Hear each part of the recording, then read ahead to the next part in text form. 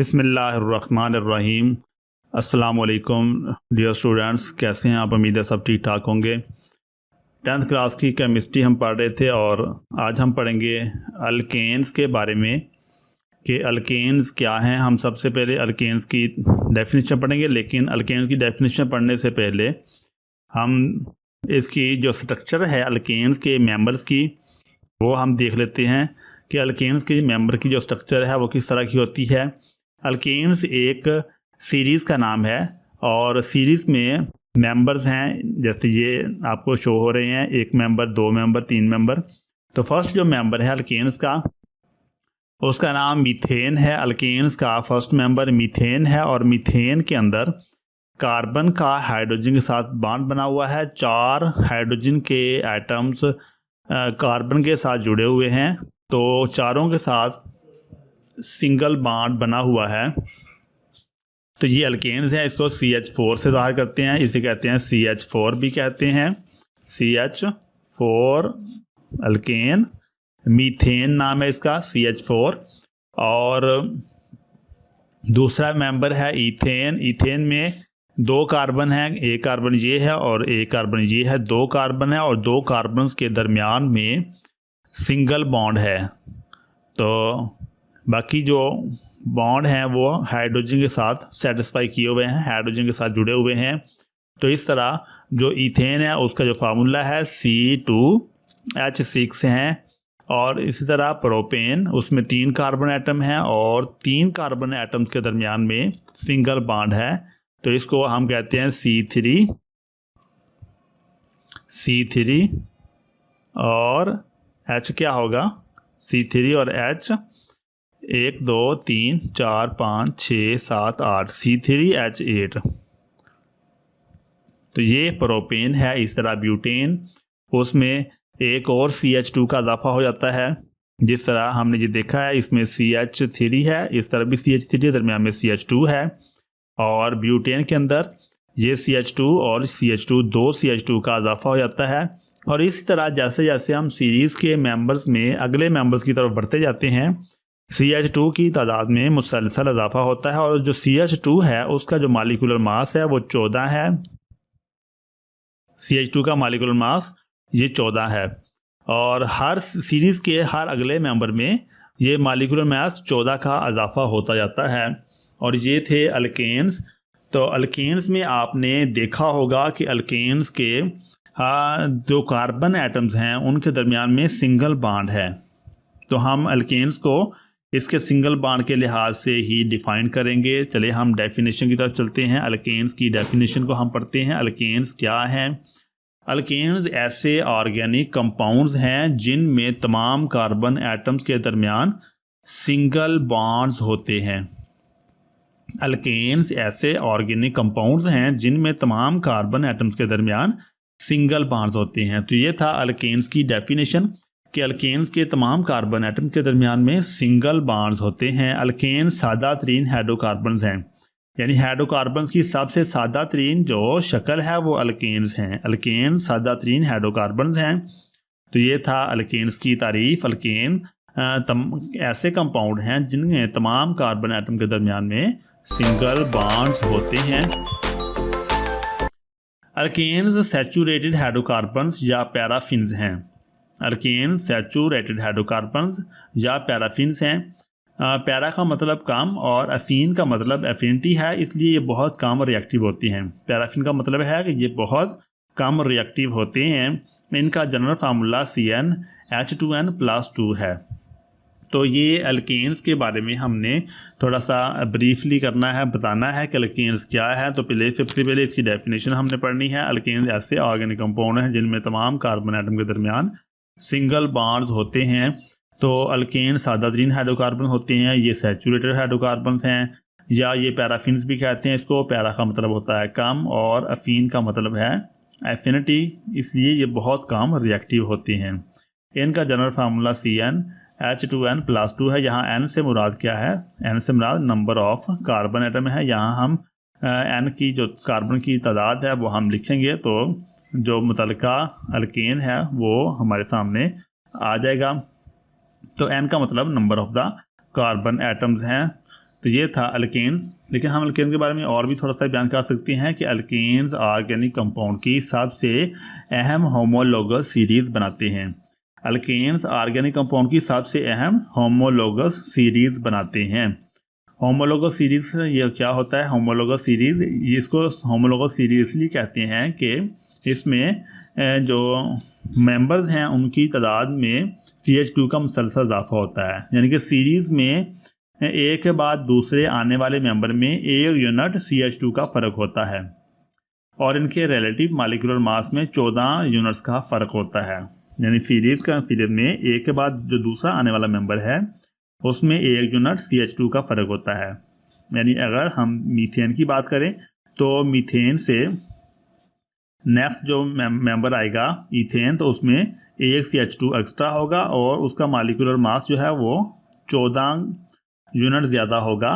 Methane से ethane का जो मॉलिक्यूलर मास है वो 14 यूनिट ज़्यादा होगा। इसी तरह प्रोपेन में भी 1 CH2 का इजाफा होगा और उसका मॉलिक्यूलर मास इथेन से 14 यूनिट ज़्यादा होगा। और मॉलिक्यूलर मास ये बतदरीज बढ़ता जाएगा जैसे जैसे सीरीज़ के मेंबर्स नेक्स्ट अगले लेवल पे हम जाते जाएंगे, तो CH2 की तादाद में इजाफा होता जाएगा और यूनिट का फ़र्क 14 यूनिट का फ़र्क ज़्यादा होता जाएगा और मॉलिक्यूलर मास में इजाफा होता जाएगा। इनकी साख्त और कीमियाई खसूसियात एक जैसी होती हैं। यानी जो अल्केन्स हैं उसके जितने भी मेंबर्स हैं C1 से लेके C50 तक 40 तक सारे मेंबर हैं, इनके जितने भी मेंबर हैं उनकी साख्त और कीमियाई खसूसियात एक जैसी होती हैं। यानी अल्केन्स के जितने भी मेंबर हैं तमाम मेंबर की साख्त और कीमियाई खसूसियात एक जैसी होती हैं, लेकिन इनकी तबी खसूसियात जो हैं वो बतदरीज चेंज होती जाती हैं जैसे जैसे मॉलिक्यूलर मास में इजाफा होता जाता है। इसका जो तबी खसूसियात हैं वो भी तब्दील होती जाती हैं। हम इंशाल्लाह नेक्स्ट आने वाली जो वीडियो है उसमें अल्केन्स की तबी खसूसियात और अल्केन्स की तैयारी के बारे में पढ़ेंगे। अगर आपने चैनल को सब्सक्राइब नहीं किया तो चैनल को सब्सक्राइब कर लें ताकि जो वीडियो बने वह आप तक पहुँचती रहे। तो अल्केन्स की साख्त और कीमिया खसूसियत क्या होती हैं? एक जैसी होती हैं, तभी खसूसियत में फ़र्क होता है, वो हम नेक्स्ट इंशाल्लाह पढ़ेंगे। तो ये था अल्केन्स के बारे में कि अल्केन्स को हमने कैसे बयान करना है। अल्केन्स का एक सीरीज़ का नाम है, तो इस सीरीज़ का पहला मेंबर मीथेन है CH4, अगला मेंबर ईथेन है C2H6 और इससे अगला मेंबर प्रोपेन है। तो ये थी अल्केन्स के बारे में चंद बातें जो आपको ये पता होना चाहिए कि अल्केन्स को हमने किस तरह से बयान करना है। अल्केन्स को बयान करने के लिए हम सबसे पहले अल्केन्स की जो डेफिनेशन है वो पढ़ेंगे कि अल्केन्स ऑर्गेनिक कंपाउंड है जिनमें तमाम कार्बन एटम के दरमियान सिंगल बॉन्ड होते हैं। फिर हम कहेंगे अल्केन्स सादा तरीन हाइड्रोकार्बन हैं, ये सैचुरेटेड हाइड्रोकार्बन होते हैं जिनको पैराफिन्स भी कहते हैं। पैरा का मतलब कम होता है और अफीन का मतलब अफिनिटी है, इसलिए ये बहुत कम रिएक्टिव होती हैं। हम अल्केन्स का जनरल फार्मूला बयान कर सकते हैं, CnH2n+2 है जनरल फार्मूला। n से मुराद नंबर ऑफ कार्बन एटम्स हैं। उसके बाद हम अल्केन्स की जो बताएंगे कि अल्केन्स ऑर्गेनिक कंपाउंड की सबसे अहम होमोलोगस सीरीज़ बनाते हैं और सीरीज़ में एक के बाद दूसरे आने वाले मेंबर में 1 यूनिट CH2 का फ़र्क होता है और इनके रिलेटिव मॉलिक्यूलर मास में 14 यूनिट का फ़र्क होता है। इनकी साख्त और कीमियाई खसूसियत क्या होती हैं?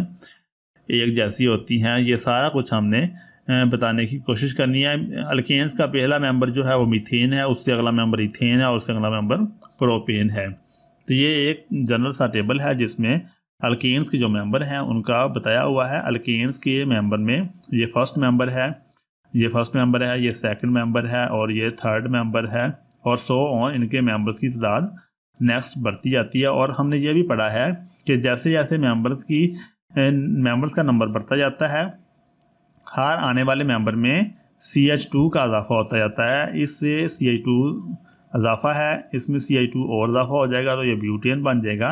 जैसे CH4 है मीथेन और ईथेन में CH3 है, इसमें एक CH2 का इजाफा हो गया। अब प्रोपेन में CH2 कितने हो गए? 2 CH2 का इजाफा हो गया। और अगर इसमें 14 यूनिट CH2 का मॉलिक्यूलर मास 14 होता है, इसका 14 यूनिट मॉलिक्यूलर मास में इजाफा हो जाता है। ब्यूटेन में और CH2 का एक इजाफा होता है। और जैसे जैसे हम सीरीज़ में अगले मेंबर की तरफ जाएंगे CH2 की तादाद में या CH2 का इजाफा होता है और CH2 का मॉलिक्यूलर मास 14 है और हर आने वाली सीरीज में 14 यूनिट मॉलिक्यूलर मास का इजाफा होता है। और इस तरह ये एक होमोलोगस सीरीज़ बनाते हैं।